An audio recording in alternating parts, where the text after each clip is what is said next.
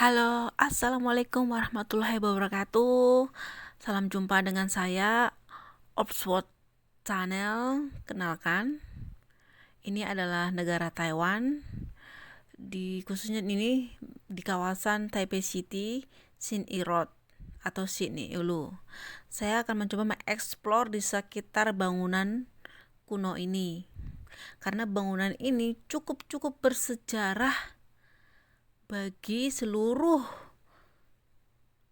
rakyat Taiwan ya, karena ini adalah di mana terbentuknya presiden pertama Taiwan. Oke, sebelum lanjut jangan lupa untuk subscribe berlangganan di channel saya agar saya bisa terus mengeksplor daerah-daerah lainnya. Dan jangan lupa nyalakan tombol lonceng agar menerima notifikasi setiap video yang saya unggah. Terima kasih guys. Oke, sekarang kita cek ke dalam dan kita explore bersama. Oke guys, simak yuk.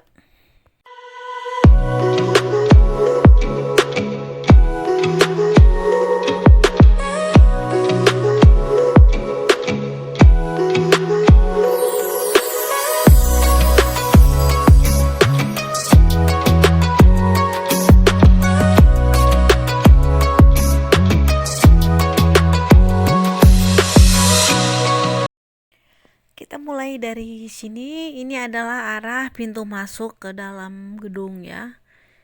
Ini tampak dari luar ya, dari luar gedung. Jika teman-teman yang berada di daerah Taipei ya, atau yang berada di negara Taiwan yang ingin berkunjung ke tempat ini, yang belum pernah, benar-benar belum pernah ke tempat ini tapi ingin ke tempat ini, saya kasih tahu jalannya ya. Karena saya menempuh jalur ini, biasa saya menggunakan MRT ya, kereta cepat MRT. Kita mengambil dari jalur biru, kemudian transit ke jalur hijau. Karena tempatnya ini di antara jalur merah dan jalur hijau. Kalau jalur hijau sekitar turun di yang ada tulisannya Chiang Kai-se, terus exit pintu 5. Exit pintu 5 langsung bertemu pintu utama ini, utama Chiang Kai-se. Langsung masuk aja, sudah kelihatan ya. Baiklah, pemirsa di mana saja Anda berada, sekarang kita ulas sejarahnya berdirinya Chiang Kai-se. Pemirsa, tahu nggak ini Chiang Kai-se berasal dari nama siapa? Chiang Kai-se adalah nama dari seorang kaisar atau presiden pertama Taiwan ya. Ini adalah nama Cina, keturunan Tiongkok. Chiang adalah nama keluarganya atau nama dari kakek ya. Chiang Kai-se dilahirkan tanggal 31 Oktober 1887 dan wafat 5 April 1975. Juga dikenal sebagai Jiang Chongcheng dan diromanisasi melalui bahasa Mandarin sebagai Jiang Jieshi dan Jiang Jieshi.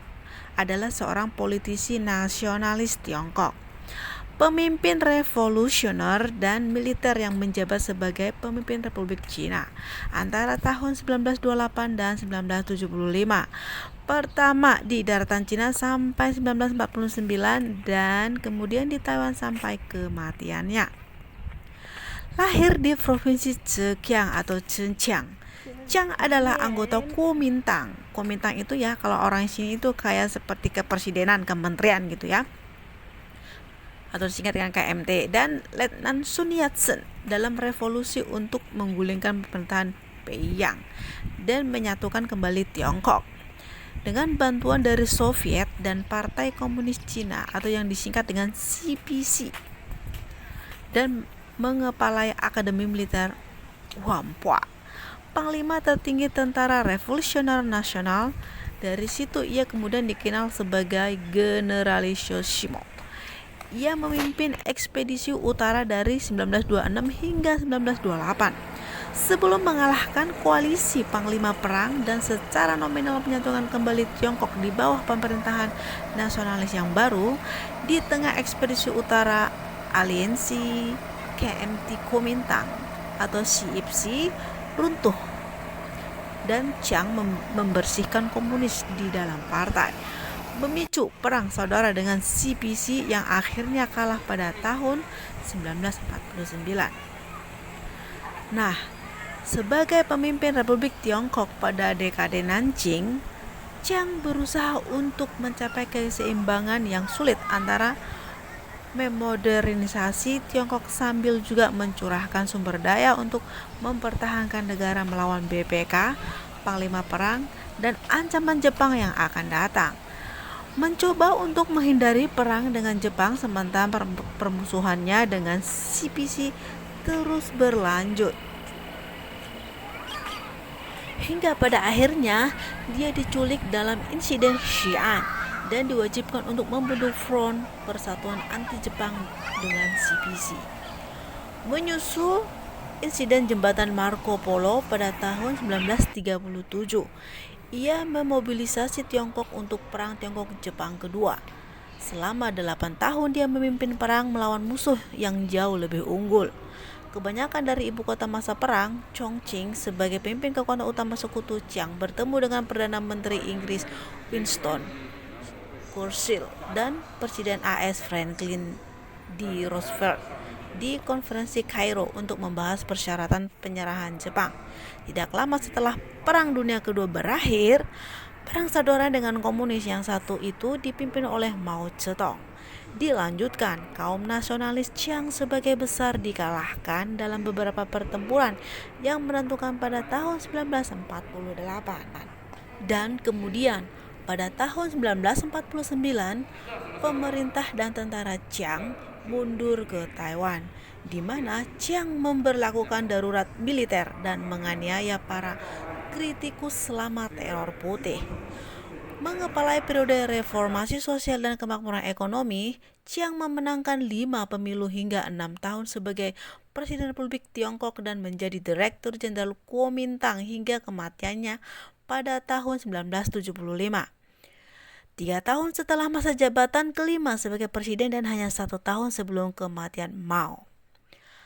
Salah satunya kepala negara non-kerajaan terlama di abad ke-20, Chiang adalah penguasa non-kerajaan terlama di Tiongkok yang memegang jabatan itu selama 46 tahun seperti Mao. Dia dianggap sebagai sosok yang kontroversial. Para pendukung memuji dia karena memainkan peran utama dalam mempersatukan bangsa dan memimpin perlawanan Tiongkok melawan Jepang, serta melawan perambahan komunis Soviet. Para pencela dan kritikus mencela dia sebagai seorang diktator di depan rezim otoriter yang korup yang menindas lawan. Itulah penjelasan singkat asal-usul berdirinya Chiang Kai-shek yang ada di Taipei, negara Taiwan. Semoga bisa bermanfaat untuk menambah wawasan kita semua. Sampai ketemu di lain waktu dan di mengulas sejarah lainnya. Bye-bye.